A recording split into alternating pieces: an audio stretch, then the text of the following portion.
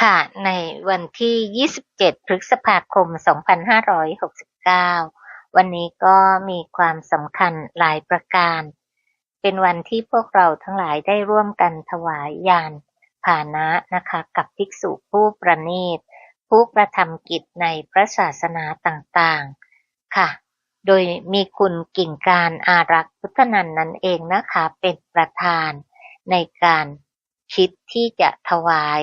ส่วนพวกเราทั้งหลายนั้นได้ร่วมกันเจริญกุศลเล็กๆน้อยๆร่วมกันไปด้วยจิตโสมนัสยินดีโดยยิ่งค่ะในการที่ได้ถวายยานพาหนะ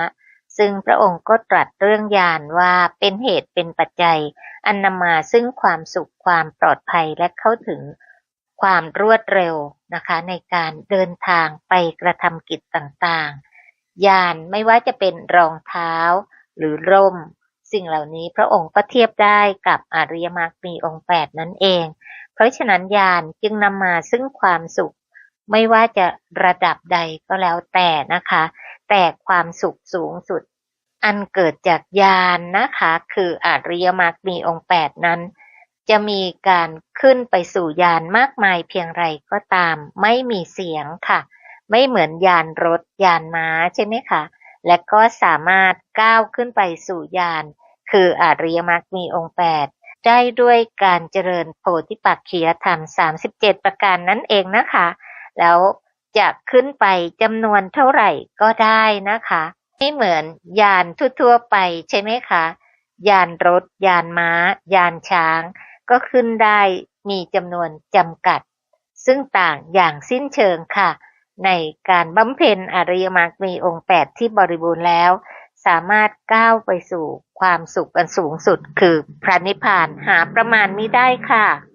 ก็ขอทุกท่านจงมีส่วนแห่งมหากุศลทั้งสิ้นโดยทั่วกันนะคะและขอให้เป็นไปเพื่อก้าวสู่ญาณอันประเสริฐที่บังเกิดขึ้นด้วยการปฏิบัติตามพระธรรมคำสอนอันพระสัมมาสัมพุทธเจ้าผู้ประเสริฐสุดทรงประกาศไว้ให้บุคคลผู้ได้สั่งสมบุญบารมีมาแล้วได้โอกาสศึกษาและปฏิบัติตาม